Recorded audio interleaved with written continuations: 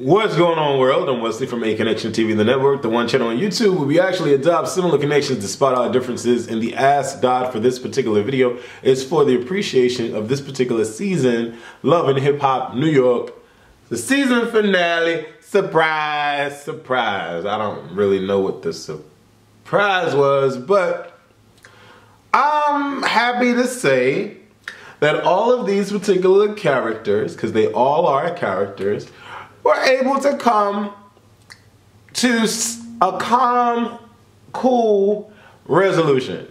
Yeah. But let's get on with the review and let's start from the beginning, okay? Johnny Blaze is singing in the opening, and at first she sounded nah, but then she sounded hey, and I was like, oh shit. This is the new K. Michelle. You know, that black scorned woman that's playing the piano, and she's singing her heart out to some realistic lyrics. Like, I've been there, son, done that. I've seen this before. But Johnny Blaze looked good, and she sounded great. I wasn't really feeling her cover, though, of her song when she was beat up and the blood, her eye was black and bloodshed and all that. I wasn't feeling that, okay? But everything else was cool. And then we get into Diamond speaking to her father. Apparently her father comes into town. Father is a strong, tall, good-looking guy, you know? And he seems to have his head on straight. And so did the mother when we met Diamond's mother. And I'm like, why is Diamond acting like this? Why? And then, you know, the father's like, well, you are 26. And I'm like, oh! That's why. Because she's 26.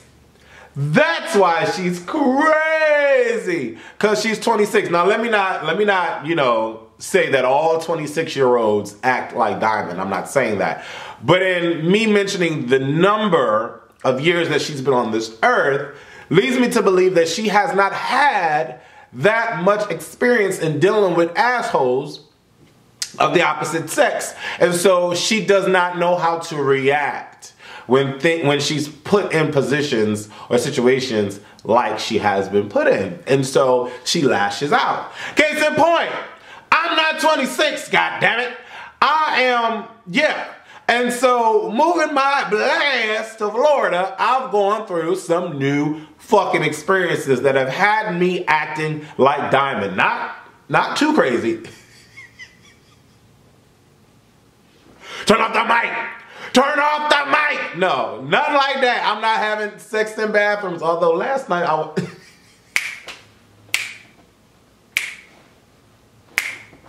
let me not go there. But Diamond, I feel you. I'm just not on that level. My thing is,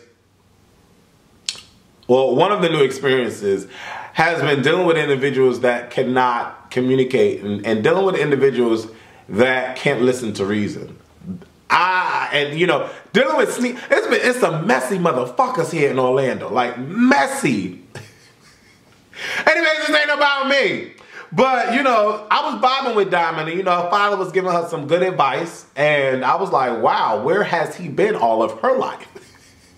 Because, man, but, you know, Diamond was able to walk away with some good sound energy and information. So I was elated at the fact that she was receiving said information, okay? Tara goes to Peter to ask him to help her work on a beat for her new group. This was the best scene that I've ever seen Tara in dealing with Peter. It seems like Tara has actually moved on. She is able to give Peter great fucking advice. I mean, she told him, you need to figure out what you want. Because even if you take care of the child and do the family thing, that's ultimately not what you want. You're still going to create these issues for you later on, and Amina's still going to resent you and all this. I'm like, okay, Tara. She been watching the Yandys Van Zandt. Go ahead. That's what I'm thinking to myself. That's what I'm thinking, right? So I'm like, wow. Maybe she can critique artists. So I was really overjoyed at the fact that Tara, and I am still overjoyed at the fact that Tara has completely moved on. It's a beautiful thing, okay? Diamond goes to visit Cisco, and I'm asking myself why. But, you know, a lot of the times we do need closure. Like, there's a person in Orlando right now that I would love to have closure with. If him and I could just sit down and fucking talk, I think that would be an amazing situation. But I don't know when it's going to happen. And I've tried to make it happen, but maybe, like my boy Hector said, maybe it's my approach. I don't know. Anyways, I understand why she wanted to receive closure, so I get it. And the fact that they were both able to say how they feel, and you know, they both were able to take heed to one another and how they felt. I thought that was an amazing, mature thing for me to watch on television. Thank you, Mona Scott Young. But yeah, it was really cool. You know, he admitted that he never loved her. He admitted that he was living with Tasha at the time when he was seeing Diamond. And you know, Diamond for a second was about to spaz out, and you know, her vagina was about to feed me, was about to come out. But she held her composure and was well reserved, and she said, you know what, I think that we need to both move on, but I would like to be cordial when I see you in public. I don't want us to talk bad about each other, you know, here and there and everywhere. Let's just be cool. And they hug it out. I thought that was great TV. And then we get into Chrissy and Chinks. They have a whole yelling match, and Chrissy, I don't even know what the point of this conversation was, because obviously you want a full-on marriage, a baby, you want to live with this man, everything. He's not going to give that to you at all. He's not even, you have a list of 21, he's not even giving you 2 off that bullet point list, like at all. Or at least not 2 that you're satisfied with, because in the way that he's trying, it's not working for you. So I, 5 episodes ago, was like, girl, leave Chinks, it's not going to work. But she finally decides that she's going to leave him. But in doing so, she has to have a yelling match. And, you know, display how she feels through tears of emotion for the camera. And I'm just like, okay, whatever. You know, whatever. Peter meets with his friend Hassan. And Hassan tells him that Oren is Amina's new manager. Peter actually says aloud that there's nothing he can do about it, because, you know, you reap what you sow. Karma is a mother. And she is, and she's a mother of a lot of kids, especially, never mind, I'm not going to go there.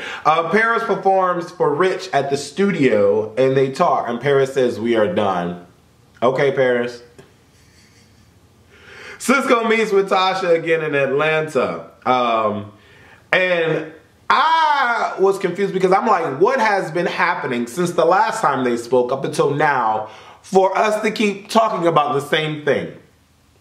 We didn't see it at all in this particular season, and I'm so confused as to why we're still hearing them talk about the same thing. But whatever, okay? He's like, I've changed. You know, I messed up. I know. And she's like, I don't know what to tell you.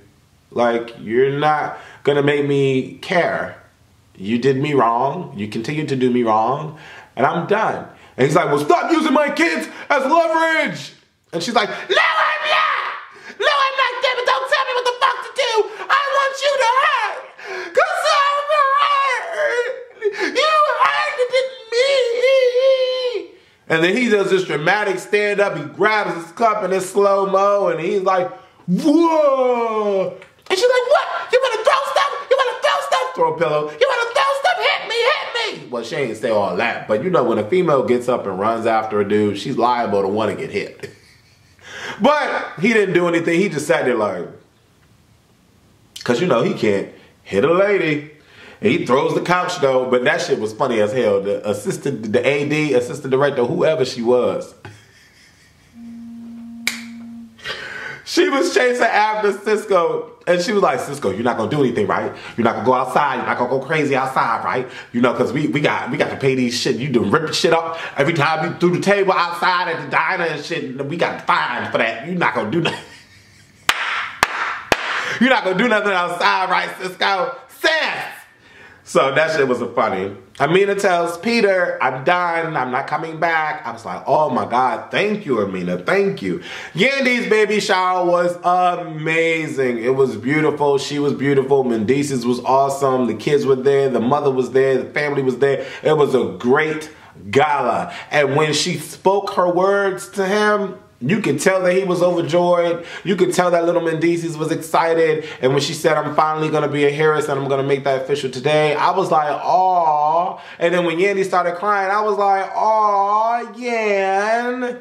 You know, I like Yandy. Yandy is a round-the-way Chick-fil-A, but sometimes she be acting out of pocket. Now, I hate when she gets ghetto ratchet like the rest of these hoes on Love and Hip Hop. I love the fact that Yandy stays in that mature lane, and I hope next season she does not get out of pocket with this psycho girl that was following her and dressing like her on Instagram. If that was a real storyline, I don't know. But, yeah, I like the fact that, you know, Yandy is who she is. She's a cool chick, definitely. And they have their baby girl Skylar at the end, and Mendices is there looking at her vagina ripped to shreds, and you know, Yandy is crying and she's excited, and I'm like, aww. This was a great close to the show. It sucks that Erica Mena wasn't in the last 4 or 5 episodes, really.